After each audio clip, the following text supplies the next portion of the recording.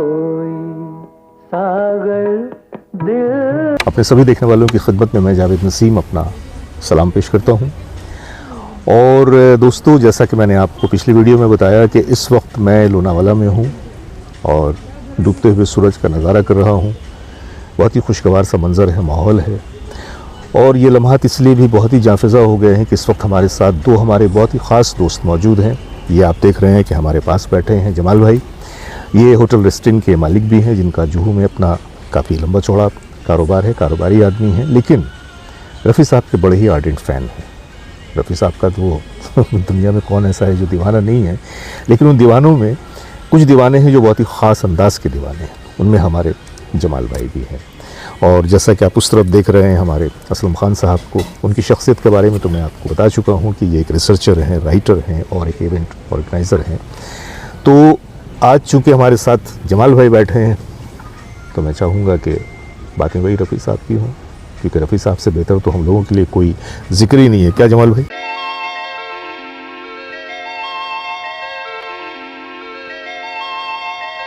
तो मैं आज वही रफ़ी साहब की बातें करूँगा।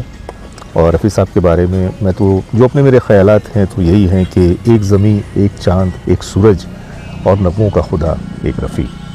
तुझसे पहले न तेरे बाद कोई, अगर कोई है तो फ़कत एक रफ़ी। जहाँ पे आशा जी रफ़ी साहब के बारे में न जाने क्या कुछ कहती रहती है, वहीं पे रफ़ी साहब की जो आर्मी है, रफ़ी साहब की जो फ़ोर्स है, जो उनकी फ़ौज है, वो उनके बारे में क्या सोचती है। तो उसी फ़ौज के हमारे जमाल भाई एक तरह से कमांडर हैं या ब्रिगेडियर हैं, और ये रफ़ी साहब के बारे में क्या सोचते हैं आपके सामने ये अपने जज्बात का इजहार करेंगे रफ़ी साहब के हवाले से। बताएं। बचपन से ही रफ़ी साहब का फ़ैन रहा हूँ जी। और जहाँ तक मुझे याद आता है, जब मैं शायद तीसरी या चौथी क्लास में था, तो बचपन में स्कूल में गाना गाने का मौका मिला जी। तो उस वक़्त बहुत छोटी उम्र थी मेरी, तकरीबन 8-9 साल होंगी। लेकिन उस वक़्त भी रफ़ी साहब इतने दिमाग में बैठे हुए थे जी कि एक गाना याद कर लिया था उस उम्र में भी। कोई सागर, अरे वाह, दिल को बहलाता नहीं, क्या बात है। बेखुदी। रफ़ी साहब के ख़तरनाक तरीन गानों में से एक गाना जी। तो ये गाना इत्तेफाक से मुझे उस उम्र में भी याद था जी। और बस वही गाना मैंने गा दिया। हाँ हाँ। और मालूम नहीं क्यों ऐसा बचपन से ही एक कुदरती तौर पे जी रफ़ी साहब एकदम बस गए थे। फिर उसके बाद में बस रफ़ी साहब के आहिस्ता आहिस्ता उम्र बढ़ती गई हमारी।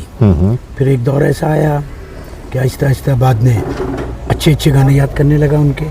जी जी, म्यूज़िक का काफ़ी शौक़ भी था मुझे। बस यही चलता रहा। तो अगर ये तीनों में से अगर कोई रफ़ी साहब का सबसे बड़ा कोई फ़ैन होगा तो मेरे हिसाब से मैं हूँ। अल्हम्दुलिल्लाह। जी जी। ये लेकिन मैं आपको बताऊं, ये आप लोगों ने भी महसूस किया होगा, रफ़ी साहब के नाम से ये बहुत ही ख़ास बात है, कम से कम मुझे, मुल्क में भी, मुल्क से बाहर भी, क्योंकि मैं जहाँ जाता हूँ रफ़ी साहब की बातें करता हूँ, लोगों से मिलता हूँ, और हर शख्स जो मुझे मिला उसने इसी बात का दावा किया कि मैं रफ़ी साहब का सबसे बड़ा फ़ैन हूँ। आज हमारे जमाल भाई भी ये दावा कर रहे हैं कि ये रफ़ी साहब के सबसे बड़े फ़ैन हैं। और ये जो हर शख्स यही कहता है कि मैं सबसे बड़ा फ़ैन हूँ, ये इस बात का एक सबूत है कि रफ़ी साहब की मोहब्बत लोगों के दिलों में किस हद तक जा घुसी है, कि हर शख्स ये समझता है कि उससे बड़ा रफ़ी साहब का चाहने वाला कोई नहीं है।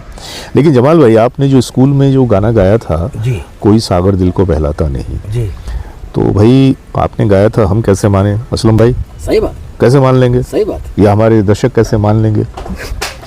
तो आप ये चाहते आप हैं, साबित कीजिए।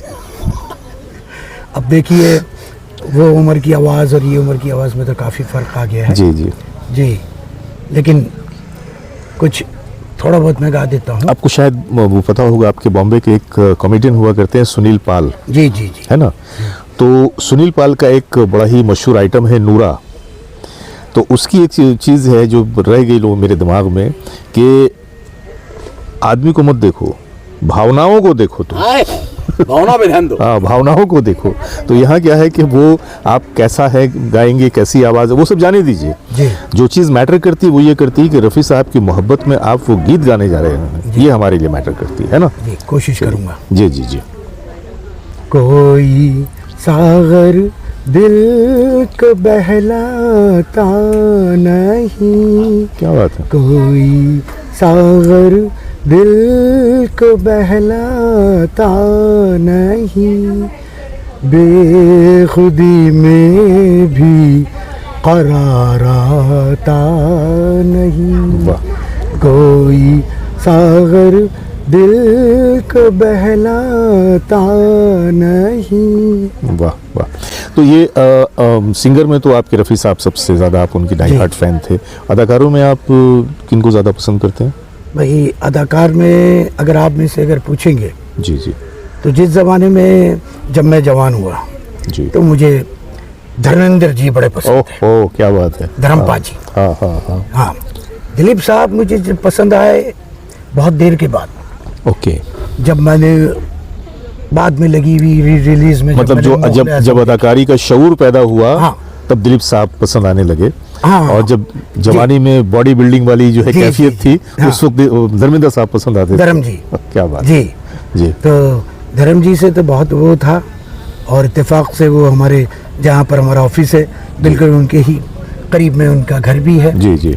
तो काफ़ी बार मैंने उनको देखा भी हूँ, उनकी हाँ, हाँ। शूटिंगें भी देखी हैं। क्या बात है। और माशाल्लाह अल्लाह ने बड़ी खूबसूरती भी दी थी उनको। जी, तो उससे बड़ा मुतासिर था मैं। लेकिन शख्सियत तो आपकी भी बहुत ही जाजिब नज़र, बहुत ही शानदार रही है। तो कभी आपके दिल में ये ख्याल पैदा नहीं हुआ कि आप भी फिल्मों में आए, अदाकारी करें? नहीं, ये बचपन में थोड़ा बहुत शौक रहा था जी। एक मूवी में मुझे जितेंद्र का छोटा रोल का मेरे को एक चांस मिला था। अच्छा अच्छा। कैलाश चोपड़ा जी एक थे प्रोड्यूसर, और उनकी पिक्चर थी एक शाकाल शाकाल। जी, शाका। अच्छा अच्छा। उसमें जितेंद्र का मुझे छोटा रोल मिलने के लिए मुझे एग्रीमेंट भी किया गया जी। लेकिन मैं कैमरे के सामने आके अच्छा। जरा वो नहीं, नर्वस हो गया। वो कुछ लोग होते हैं थोड़े से कैमरा कॉन्शियस होते हैं जी। कि, और उसी तरह से माइक्रोफोन कॉन्शियस भी कुछ लोग होते हैं कि ऐसे वो बड़ी लंबी लंबी बातें करते हैं, तकरीर करते हैं, अगर उनको स्टेज पे आ गए, माइक्रोफोन दे दिया गया तो खामोश हो जाते हैं जी। और पूछते हैं क्या बोलूं। तो ये होता है। जी। तो मैं आप लोगों को एक बात और बता दूं, चूँकि दोस्तों की महफिल है और आप भी हमारे दोस्तों में फैमिली का हिस्सा हैं। हमारे जमाल भाई अर्जुन फिरोज़, आप जानते होंगे महाभारत में उन्होंने महाभारत का रोल किया था अर्जुन का। तो अर्जुन फिरोज़ भाई जो हैं वो भी जमाल भाई के बहुत अच्छे दोस्तों में हैं। और एक राज की बात आप लोगों को ये बता दूं, हमारे जमाल भाई मटन बहुत ही अच्छा बनाते हैं। मतलब कितना अच्छा बनाते हैं मैं आप लोगों को कैमरे पे नहीं बता सकता, वो सिर्फ खाने के बाद ही जो है मैं उसका इजहार कर सकता हूँ कि क्या बात है, इतनी लज़्ज़त। अभी पिछले मुलाकात में हम लोगों ने एक आपस की महफिल की थी, जिन्होंने वो हमें वो मटन और लच्छादार पराठे से हमारी तवाज़ो की थी। तो रफ़ी साहब से कभी आपकी मुलाकात हुई थी? नहीं, रफ़ी साहब से इत्तेफाक की बात है, बहुत करीब में ही रहते हैं जहाँ मेरी रिहाइश इसलिए मैंने पूछा क्योंकि जुहू और बांद्रा बिल्कुल नहीं, मेरा तो बांद्रा में घर। अच्छा, बांद्रा में भी आप? घर बांद्रा में अरे है, वाह वाह। और वो भी बांद्रा में रहते थे, लेकिन बस इत्तेफाक ऐसा हुआ कि कभी मुलाकात। तो यानी कि आपने वो जो प्रोवर्ब है, कहावत है चिराग तले अंधेरा, आपने उसको सही साबित कर दिया कि चिराग नहीं बल्कि संगीत का सूरज जो है वो रोशन था आपके मोहल्ले में, और आपकी जो है वो मुलाकात ये कह सकते हैं आप। जी जी जी। तो और कोई ऐसा गीत जो रफ़ी साहब का आप पसंद करते हो? ऐसे तो रफ़ी साहब के बहुत गाने मुझे पसंद हैं जी, लेकिन ये मेरा पहला गाया हुआ गाना था, तो मैंने आपके सामने गा दिया वो। हाँ, वैसे भी कहते हैं कि इंसान पहली मोहब्बत, पहली चोट और पहली कोई जो बात होती है उसको भूलता नहीं है, तो उसी हवाले से जमाल भाई को वो गीत याद रह गया। तो ऐसे अब कभी गाते वाते हैं शौकिया, कभी किसी महफिल वगैरह में? एक ज़माने में थोड़ा बहुत आपस में बैठते थे, ऐसे ही गानों की महफिल जमती थी। जी जी। तो उसमें तो हम लोग काफ़ी गाते रहते थे। हाँ, हाँ। लेकिन प्रोफेशनल तौर पे तो नहीं। जी जी। ऐसे दोस्तों के साथ में आपस में बैठ के गाने गा लिए। लेकिन असलम भाई, जमाल भाई की आवाज़ तो बड़ी अच्छी है। अभी उन्होंने 2 लाइन सुनाया, वो तो बड़ा लुत्फंगेज था। तो इस बार मटन के साथ साथ गाने की महफिल भी रखी जाए क्या? बिल्कुल बिल्कुल रखी जाए, बिल्कुल रखी जाए, बिल्कुल। तो ये जो थी एक छोटी सी मुलाकात थी, लेकिन चूंकि हमारे जमाल भाई बहुत ही ख़ास दोस्त हैं और रफ़ी साहब के फ़ैन हैं, उनसे उनकी मोहब्बत में सरशार हैं। ये और बात है कि उनसे कभी उनकी मुलाकात नहीं हुई, लेकिन रफ़ी साहब अगर सूरज हैं तो उनकी एक किरण वो इनके दिल में मुनव्वर है, वो है हमारे अर्जुन फिरोज़ भाई।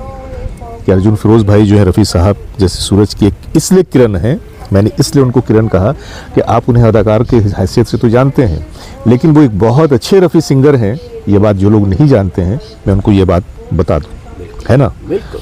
बल्कि मैं तो समझूंगा कि वो दिन बड़ा खुशी का होगा कि जब हम लोग स्टेज पे मैं उन्हें आवाज़ दूंगा और वो प्रोग्राम आपका होगा इंशाल्लाह। मेरे साथ अर्जुन भाई जो है जी। सिडनी भी जा चुके हैं जी। अरे तो आपके साथ गए ना, मैं कहाँ था? और ऑकलैंड भी जा चुके हैं। हाँ, तो फिर तो मैं नहीं था, लखनऊ भी जा चुके तो हैं। मैं नहीं था।